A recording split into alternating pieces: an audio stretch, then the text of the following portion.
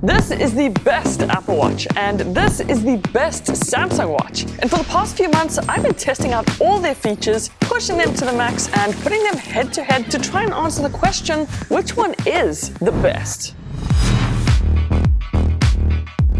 Straight off the bat, let's chat about the core basics because brightness is actually quite important, and the Apple Watch Ultra is 1,000 nits brighter than the Pro. And even though that is quite a massive difference, you can still easily see both these watches in full-blown sunlight. The Apple Watch Ultra also has double the storage at 32 gigs compared to the Watch 5 Pro at only 16 gigs of storage. And of course, having the higher storage is more useful, especially for things like downloading songs when you want to listen to them during workouts. But honestly, the Pro storage is not that bad considering you can still download around 3,000 songs. Another really important thing when it comes to these watches is the speed. And this was a super interesting test because both these watches are super fast, but as you can see, Samsung was just slightly slower every single time. And I must just say, from all my testing and experience, the Apple Watch Ultra did just feel smoother, less laggy, and just more optimized than the Pro. So the Ultra has double the brightness and storage, plus it is just smoother and faster, so it wins the point for this round. So the charging and battery tests I did on these were really interesting and kinda shocking. So believe it or not, both these watches have almost the exact same size battery, but the Pro is slightly bigger. What's shocking is the Watch 5 Pro can fully charge in 1 hour and 20 minutes, whereas the Ultra takes around 2 hours. So the watch with a bigger battery charges faster, but at 100%, how long can they last? And these results can obviously change depending on what you need to use the watch for. But for just general day-to-day use with a single gym session and the always on display on, I managed to get around 2.5 days on the Pro, around 55 hours, and I managed to get just under that with the Ultra at around 48 hours. Another really cool feature that both these watches have is super battery saver mode. The Ultra's battery saver only kicks in when the watch is actually turned off, and with the Watch 5 Pro, you just need to head into the battery settings, scroll right to the bottom and turn on watch only mode. But basically what the watches do when these modes are turned on is display the time just like this, and the watch can then last up to 12 days. So the batteries on both of these are definitely more extreme than your typical average smartwatch, but I gotta give the point to the Pro simply because of that charging time, and it does last a bit longer. Okay, now let's chat about customization because both these watches have a ton of different watch face options that you can actually customize a lot. On the Watch 5 Pro, you can easily customize the fonts as well as colors and even complications right from the watch itself. And aside from this one, which I personally love, as mentioned, there are so many other watch faces to choose from, some that'll even match your clothing style for the day. And the Ultra is almost exactly the same in that you can also edit the watch faces directly on the watch. You can choose from a bunch of different colors, sometimes even gradients. You can decide from different bezels, choose from a ton of complications. And the Apple Watch Ultra equally has some unique watch faces like this one with the compass on the outside and night mode when you turn the crown. But one thing the Pro does manage to do better than the Ultra is you can easily install custom watch faces directly to the watch. Both these watches also come with a huge range of original or custom watch straps which you can use to change up your style, which I personally love doing, but something I will mention, and I've said this before, changing the watch straps on an Apple Watch is just so much easier. I mean, all you gotta do is press down that button and slide the strap out. It's as simple as that. Slide in the new strap and you're good to go. But with Samsung, yes, while the strap design is more generic, it is just so much harder to change in my opinion. With this little lever you gotta pull, I struggle every single time, and personally, this does make a big difference, especially when you like changing your watch straps. As for color options, both of them are pretty limited, but the Pro does have a gray titanium and black titanium option, which is what I have over here. And the Ultra only comes in this like champagne silver color with a big orange button. Overall, both these watches are very customizable, but the point goes to the Pro only because you can easily install custom watch faces on it without any problems.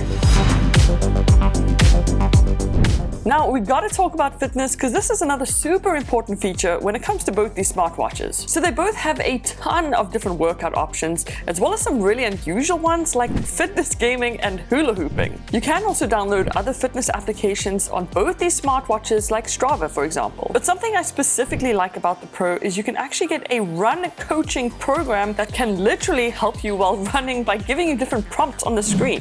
On the other hand, I must say the Ultra's workout metrics are so much better and just more detailed than the Pro. And when it comes to tracking workouts, both these do a great job at tracking your activities, but the Ultra does do a much better job because it has an extra kind of GPS feature. Basically, the GPS in the Ultra has a more accurate and precise signal for tracking you in populated areas like cities, and as you can see, it's so good. And when it comes to tracking your heart rate, both of these watches are very accurate, but for my research, the Ultra is usually more accurate. It's pretty crazy how Samsung and Apple can fit this many fitness features inside their watches, but because it is better at tracking, the Ultra gets the point. So other than tracking fitness, the Watch 5 Pro and the Ultra also track your sleep. They both actually have really detailed overviews like your sleep schedule, stages, blood oxygen, and a bunch more. And a really cool feature that's available on the Pro specifically is a sleep coach program that is made to rate and improve your sleep schedule. Another really useful health feature that both these watches have is ECG readings, which is used to measure the rhythm of your heart and notify you if anything is kind of out of the ordinary and not as usual. They both also have a blood oxygen feature that literally measures the oxygen in your blood. And blood oxygen is actually a really important stat, especially when it comes to your immune system. So it's an awesome health feature to have right on your wrist, and it literally just measures things in a couple of seconds. And then believe it or not, the Pro can even measure your blood pressure to check your levels day to day. Just keep in mind, it might not be as accurate as the real deal. But regardless of all these cool features, from my research, the Ultra is more accurate when it comes to sleep tracking than the Pro, so because of its ultra accuracy, the Ultra definitely gets the point. Now, one of the smart things about smart watches is you can actually control your phones with them, and the Ultra takes us to another level with control nearby devices and assistive touch. Basically, you can access notifications, the control panel, and Siri all from the Ultra, and it's super responsive. The Watch 5 Pro is similar in that you can open up the camera application on your phone from your watch and use your watch as a remote control to take pictures or start recording a video without even having to touch your phone. It also has media control, so whether you're listening to Spotify or watching YouTube, you can pause and play your content. You can adjust the volume using the volume toggle, as well as skip or rewind. But as mentioned, the Ultra takes it to another level because you can actually use gestures to control your phone just by pinching, clenching, or moving your wrist, and I'm not gonna lie, it does take some getting used to, but it is crazy cool. Then both these watches also come with a dedicated app store, so you can download a bunch of apps specifically made for them. And the Ultra has some legit options. There's Chirp that lets you browse your Twitter feed, WatchTube where you can literally watch YouTube, and Lens for Instagram. But on the other hand, with the Watch 5 Pro, you can actually surf the internet using the internet browser. So again, you can access YouTube, search for your favorite YouTuber, but it can be a little bit buggy sometimes. I mean, it's pretty crazy. You can even get all these applications on your watch. So because of that and the phone controls, the Ultra gets the point. On to special features, and what you may not know is that the Watch 5 Pro actually has an invisible digital crown for navigation, which is actually quite useful. It also has Bixby, where you can ask it a bunch of questions or how to spell things, or if Bixby is not your thing, you can even program the top right-hand button to use Google Assistant instead. It even has a body composition feature where you can measure how much muscle, fat, or skeletal muscle makes up your body, which is mind-blowing that you can even do that. And another crazy cool feature is it can freaking charge on the back of your phone using Samsung's wireless power share. Then the Apple Watch Ultra has the action button, which you can program to do a ton of different things, like starting a workout, for example. You can also mark segments, pause your workout with the action button, or reprogram it using shortcuts to rather open up Spotify. Some other unique features from the Ultra include its advanced compass. So you get this feature called TrackBack that'll actually track your steps, which you can then retrace to find your way back if you were on a hike or something. You also get Wayfinder, which helps you find your way back to a specific marked location, and on the screen it gives you prompts on exactly how to get back. It even has a super loud siren built in that you can use to call for help, and it can actually be heard from really far distances. Car crash detection is another feature that some of you have even said saved your life, which is incredible. So it really just depends on what features you use the most, but I would say because the Pro has the most practical everyday special features, it gets the point. So what makes these two watches so extreme is the way they've been built, and they have been built like absolute tanks because the material that's been used actually has military-grade ratings.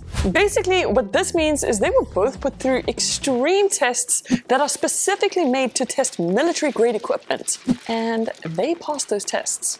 So believe it or not, both these watches are practically made from the same materials. They both have super strong titanium frames to help protect from bumps, and they both have sapphire crystal glass to protect from scratches. So because they're both pretty much identical in quality and build, they both get a point, but where they're not identical is in price. On to price, and get this, the Ultra actually costs around double the price of the Pro. And if you were to go for the Wi-Fi version of the Pro and not cellular, you could get it for even cheaper. But if the Ultra costs twice as much as the Pro, can it do twice as much? Well, not really, because as you can see, the Pro and Ultra almost have the same scores. And technically, if you were to look at both of these on paper, the Ultra only doubles up on a few things like storage, brightness, and GPS frequency. So other than that, both of these are more similar than they are different. So the Pro definitely gets a big point for price, putting these at the same score. But there is one more thing that's actually a real deal breaker.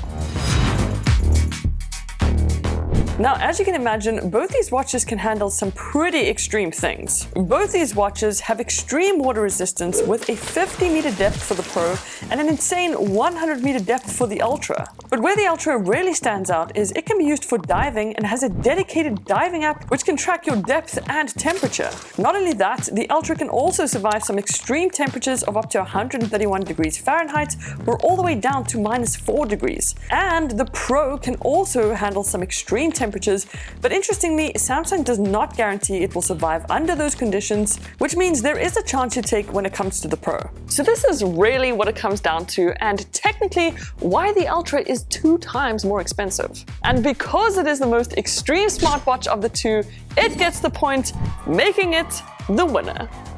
But only by a sliver. But honestly, they're both winners because the Ultra is the best you can get for the Apple ecosystem, and the Pro is the best you can get for the Samsung ecosystem. So if you like these types of videos, make sure you hit the like and subscribe button, and I'll see you in the next one. Toodles!